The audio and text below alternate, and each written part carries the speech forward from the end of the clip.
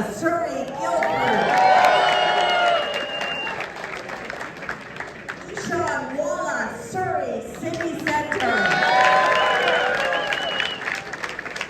Avatar Gill, Surrey, Freeland.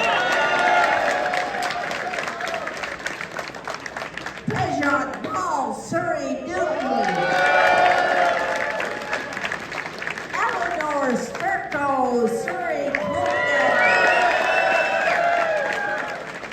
Brian Tepper, Surrey, Panorama.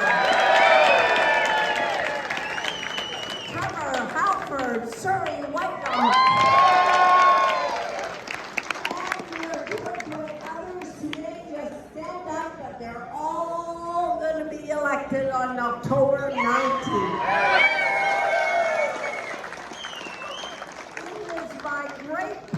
To stand before you today and to introduce to you a man who has been fighting for British Columbia for over 2 decades.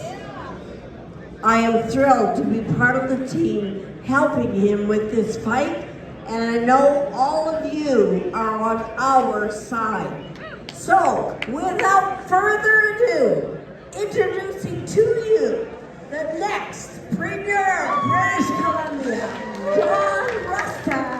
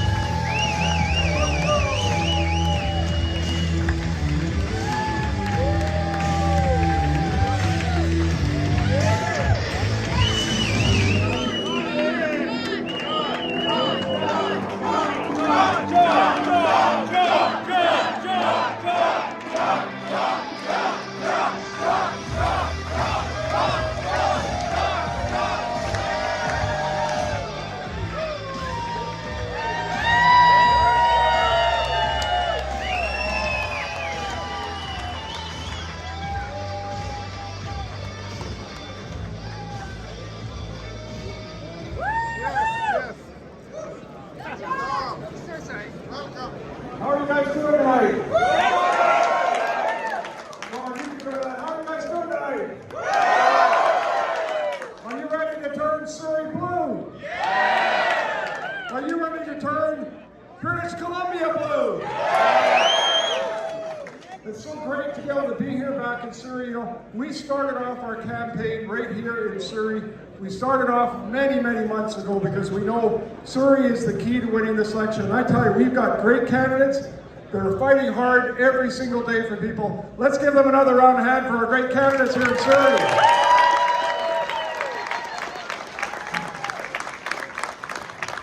Of course, we've got candidates from all around the Lower Mainland that are here with us as well. And I tell you, it's really great to see the excitement that's being built around the province.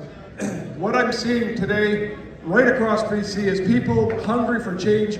They're hungry for common sense.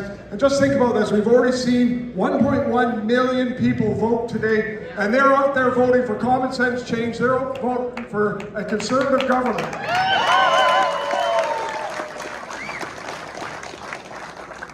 I think about how we're going to do this and how we're going to be able to deliver for the people across this province and how we're going to deliver for the people in Surrey. And it's really a simple formula. We are just going to make sure that we put people at the focus of what we do. That's why we're going to get rid of the carbon tax. We're going to put $1,200 back in the pockets of families right across this province. We're going to make sure that for rent and for mortgages, up to $3,000 a month is going to be able to create a tax credit. That's going to put $1,800 back in the pockets of families across this province to help make life more affordable.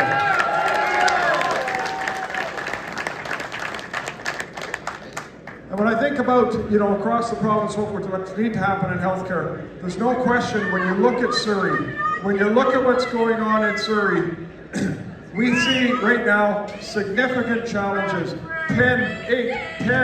12 hours of wait times that are needed. You know what? I said this the other night.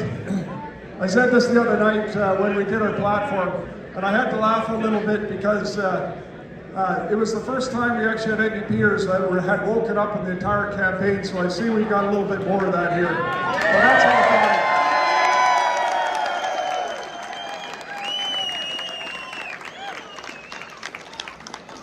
There's no question in my mind, though, when I look at it, healthcare is at the center of what we need to be doing in British Columbia. Surrey Memorial, you're often an 8, 10, or 12-hour wait. So many people have to leave this city to go elsewhere. I just think, quite frankly, that's unacceptable. That's why we are committed to seeing a children's hospital built right here in Surrey for the people of this community.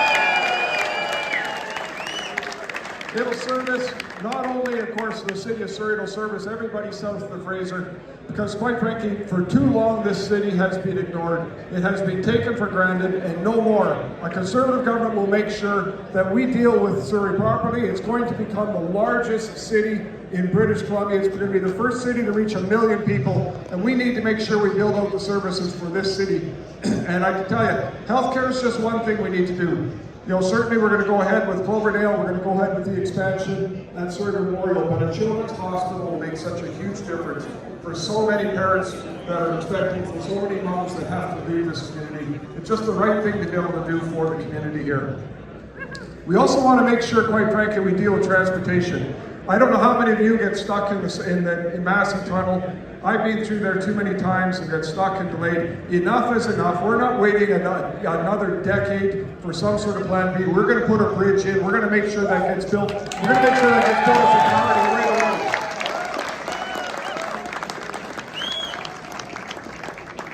We also want to make sure, quite frankly, that the Patella Bridge, that was a bridge that was built for 4 lanes for when Surrey was 62,000 people. And here we are, 650 approaching 700,000 people, and the NDP think it's okay to put a 4-lane bridge in. I don't think so. We're going to make sure we expand that to a 6-lane bridge so we have that extra traffic, we have that extra capacity. It's what's needed for the community.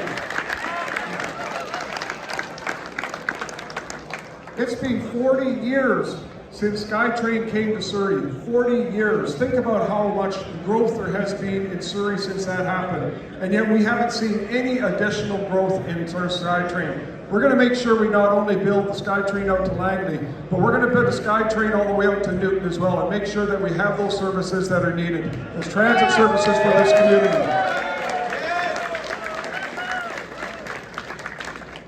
Tell you, there's so much more that we need to do for the community, for Surrey. So much more that needs to be done, but probably the most important thing to me is kids and our future. Right now, today in British Columbia, 1 in 3 people are thinking about leaving. But more importantly, 1 in 2 youth are thinking about leaving this province. And they're leaving because they don't have hope. They're leaving because they can't afford to be here. They're leaving because they want to be able to build a future, and they don't see that in British Columbia. And to me, that is wrong. This is why we've got to take these steps, not just about reducing taxes and helping, with the day-to-day stuff, but we have to make sure that we get our economy going. We have to make sure that we get government out of the way and get the jobs that we need, and particularly get the high wages that we need in this province. That's why we're going to be heavily focused on getting rid of all the red tape and all the structure that's blocking our economy. We're going to make sure we get mines open. We're going to put our feet back under our forest sector. We're going to make sure that we take advantage of the natural gas that we have. We're going to make sure that as a small business or a large business, you have that opportunity to be able to succeed in this province. For far too long, government is just getting in the way. It's time to get government out of the way and bring some common sense back to how we do things.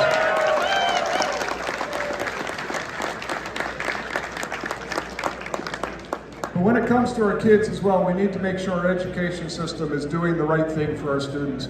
We have seen a decline in reading and arithmetic numbers. We're seeing university professors that are saying our kids are not prepared for their future. We need to change this. We need to make sure we get back to having letter grades. We've got to make sure our education system is teaching kids how to think, not what to think. We've got to make sure that it's focused on building that future for the kids. And that's why we need to get things like Soji out of our schools. And it's just blasphemous.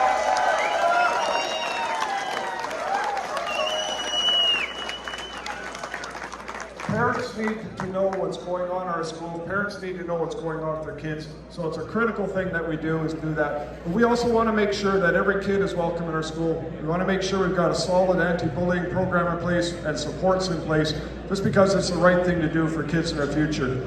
And when I think about Surrey, I also think about the challenge we have with portables in our schools here. And right now, the school district is putting kids on shift.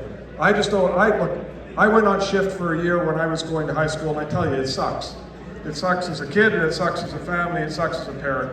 And we have to stop this nonsense from happening. So that means we're going to have to use the space that we can in the schools to stop this, but we have to have a serious program in place to build out additional capacity for the schools in Surrey. That's something that'll be a commitment to do. We're going to use every opportunity possible with the existing sites, but more importantly, we're going to make sure that you can see the real difference that'll happen, a plan over the next decade to how we'll build out that capacity, and the idea of being on shift, and try to make sure we put as many kids as we can back in schools instead of portables. Every government has promised it, no government has delivered it. A Conservative government will make sure we deliver that for Surrey.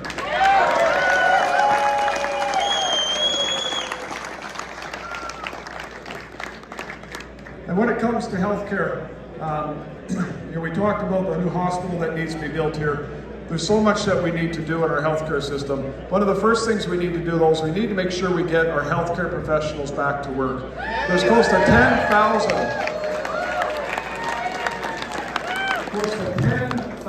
healthcare professionals that were either fired or left the system because of the mandates. So we're going to make sure we drop the mandates. We're going to make sure we drop all the ridiculous restrictions on it and get these people back to work to help out. We need these people on the front lines helping people out on a day-to-day basis.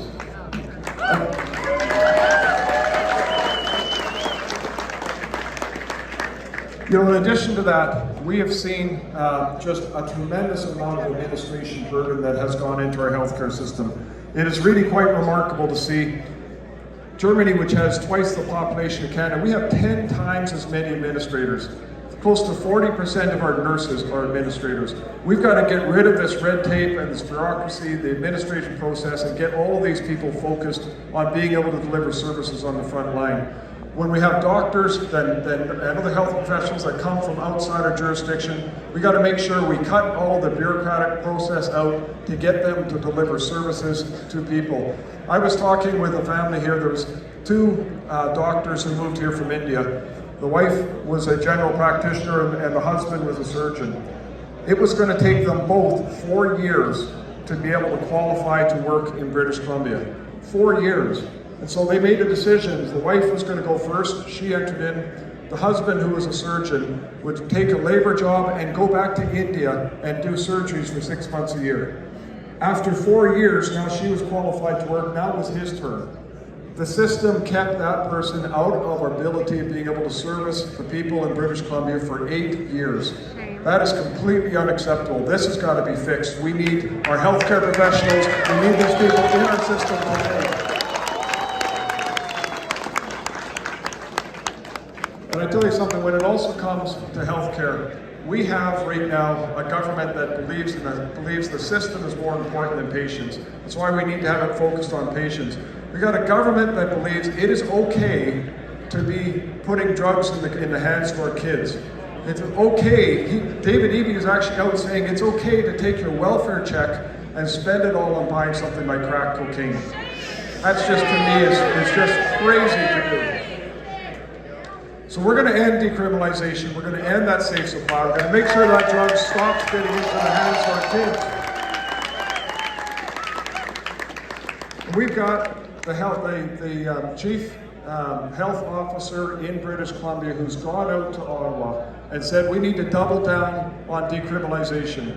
We need to actually expand safe supply and make it available in our grocery stores so that anybody can go and pick it up.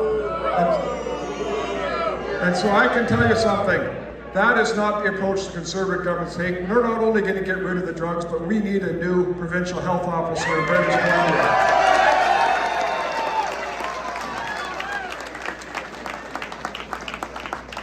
These are just some of the changes that we need to make, in education and healthcare. Some of the other things we need to think about is this. The crime that is happening in our streets is not okay. The province that I grew up in did not have these problems. We should not have the problems today. People should be able to be safe. People should be able to be safe on our streets. People should be able to be safe, going to stores. People should be able to safe to have their kids going out and playing in playgrounds. And we're not seeing that today. And it's no wonder. David Eby actually wrote the handbook on how to get arrested. He wrote a second book on how to sue the police. This is who our premier is in British Columbia. It's absolutely crazy to think that this guy is in charge of our police and in charge of crime. It's no wonder we have a soft on crime approach and this rotating door. So we're going to make sure we push the feds on bail reform, but more than that, we're going to push for guaranteed minimum sentencing. We need to make sure we get these people off our streets. But who knows how long it's going to take the federal government to be able to make those changes. So we've got to take steps right here in British Columbia to deal with this. That's why we're going to see reform in our court system. We're going to hire more judges. We're going to hire more sheriffs. We're going to make sure that we set a separate path for these prolific offenders so that we can get them into a court system within 1 to 2 weeks, not 18 months. It's time to get these people off our streets and make people safe again in British Columbia.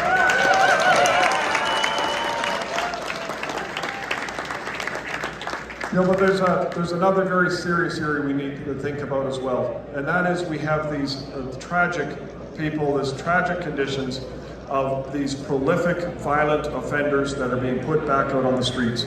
These are people who have mental illness. They're prolific violent offenders, often with weapons charges. And I was talking to the Dunn family here in Surrey, and one of these people with a long record was led out on the streets and killed their daughter. And I tell you something, there is no parent who should ever have to bury their child. This is unacceptable to me that this has happened in British Columbia. And so one of the things that we'll do, if the legal system cannot put these people away, if the legal system can't keep them off our streets, what we'll do is we'll look at using the Mental Health Act. When somebody is at risk of harming themselves or others, they can be held and treated until they're no longer a risk. We need to get these people off the streets.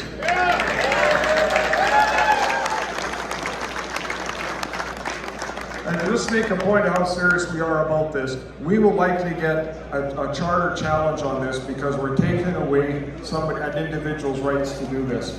But I look at it this way, what about the rights of the rest of the citizens in this province and in this community? What about our rights to be able to have safe streets? What about our rights to be able to go out in a playground and be safe in this province?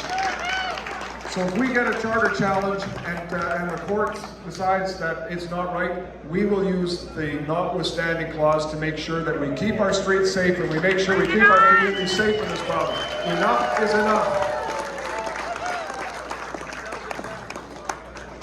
I want to talk just for a second, though, about drugs. We talked about wanting to get rid of decriminalization and safe supply and the lives that are being destroyed in British Columbia. I was up in Campbell River and I saw a monument that was put there, one small blue flag planted in the ground for every boy and man who has died from an overdose. 12,000 flags in the ground, and more are being added every month. There's women who also have died from overdoses. Enough is enough in the approach. It is clear to me what British Columbia is doing is not working.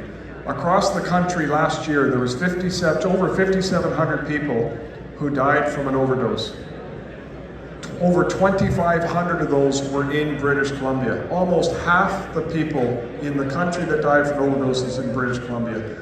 That's somebody's son, that's somebody's father.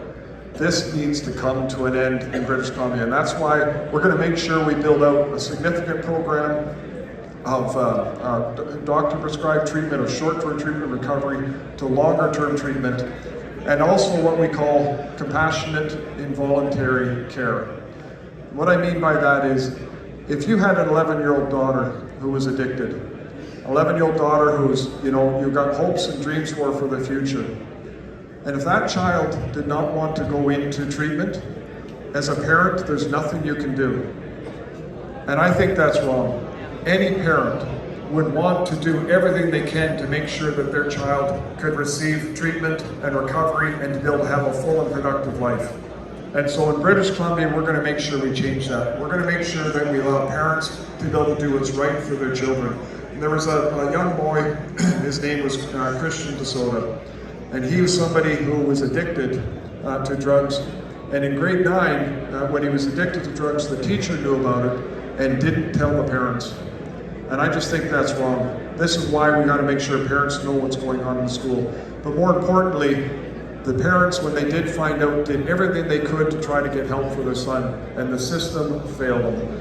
This is why we're going to call this act in his honor, the Christian's Law. Make sure that parents have that right to be able to look after their children, because it's the right thing to be able to do for people in British Columbia.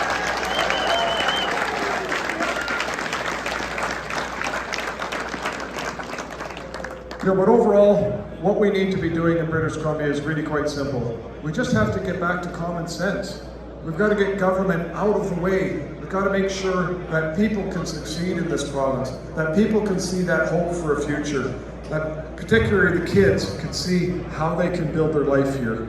And as a government, that should be our #1 goal. We should make sure that just through a common sense approach, people have that opportunity to be able to build a future right here in British Columbia. So we're going to, like I say, we're going to get government bureaucracy out of the way. We got to deal with our deficit. We got to do that by making sure we grow our economy, not through taxation.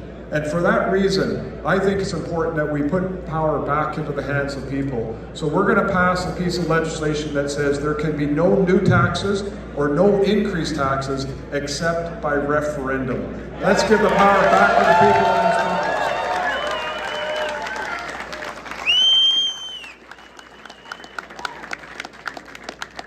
And as part of deciding to help, the kids to be able to build a future here, we've got to drive down the costs. We're going to make sure we build the homes that are needed. We're going to get government out of the way so that you don't have these long delays. We're going to bring money to the table to deal with things like water and sewer upgrades. We're just going to make sure, quite frankly, that we can get stuff done. I like to use a different word there, but I'm going to be kind tonight. We just have to be able to get stuff done in this province, and that's going to be a theme of our government to make things happen. Because at the end of the day, all of you are here because you had hopes for the future. All of you are here because you saw British Columbia as a place where you could build your life, where you could raise a family. Everybody that came to this province, no matter whether it was 7 generations ago or whether it was just last week, are here because of that hope of what British Columbia is. And that's what we need to restore again. We need to make sure that we can be proud to be British Columbians, that people can feel safe no matter who you love, no matter who you worship, no matter where you're from, that you have the opportunity to build a future right here in British Columbia.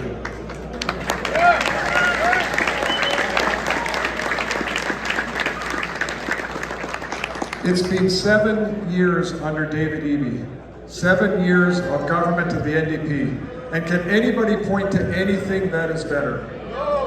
Anything. Nothing is better. Nothing has been better in this province. David Eby has brought us nothing but drugs in our street, crime. They've destroyed our healthcare system. They've destroyed our finances. And quite frankly, what I find most shocking is he's actually running against his own record in this election. It's hilarious to watch. He is out every day just saying lies because he cannot defend what he's doing. Just today, for example, he was out there saying that we're going to cut $4.1 billion out of healthcare. No, we're not. We're adding $3.8 billion into healthcare. But he keeps on coming out with these lies. He comes out and talks about, he says that we're going to put tolls on bridges, or we're going to bring back MSP. All of these are just lies. And he's doing that because, as a weak leader, that's all he can do. He can't defend what he has done to this province. But I can tell you something, as a Conservative Party, you're going to get straight up goods from us. We're going to say it like it is. We're going to be straight up with people, and we're going to make sure that we are focused on improving people's lives every single day. And how I want to be measured as a government is this. After 4 years, I want to see the fact that instead of 1 and 2 youth are thinking about leaving this province, that they're optimistic about building a future here in British Columbia, and other youth are coming. This is what we need to be able to do in British Columbia.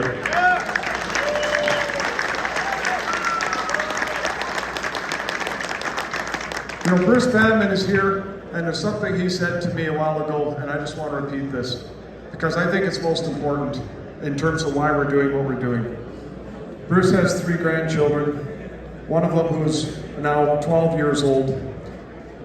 He wants to be in a position where that 12-year-old can build a future in British Columbia, because he does not want to be in a case where a number of years from now, the 12-year-old is packing up his bags, and he's helping him put the bags in the car, and the 12-year-old turns to him and says, "Grandpa, why didn't you fight for me?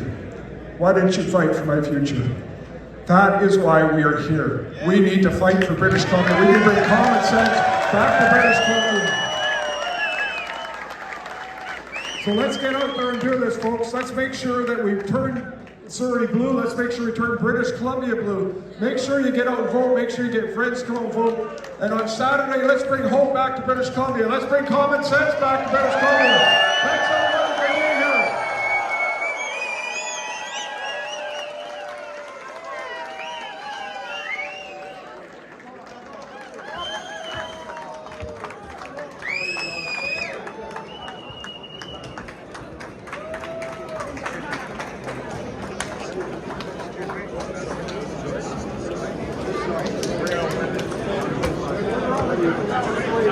Eric! Hey guys, here's our team, let's hear it!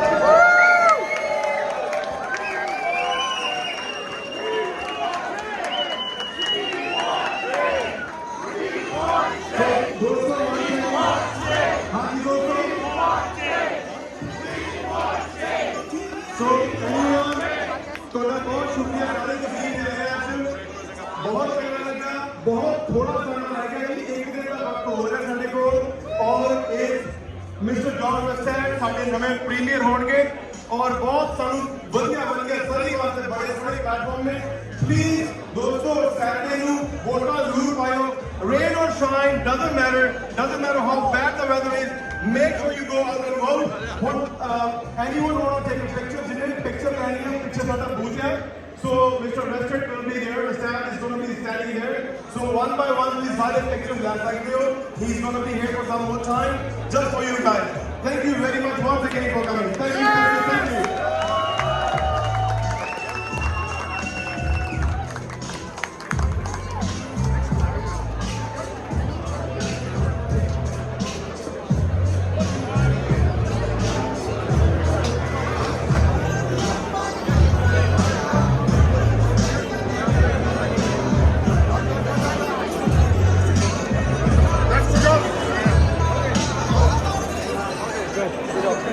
Way to go, John!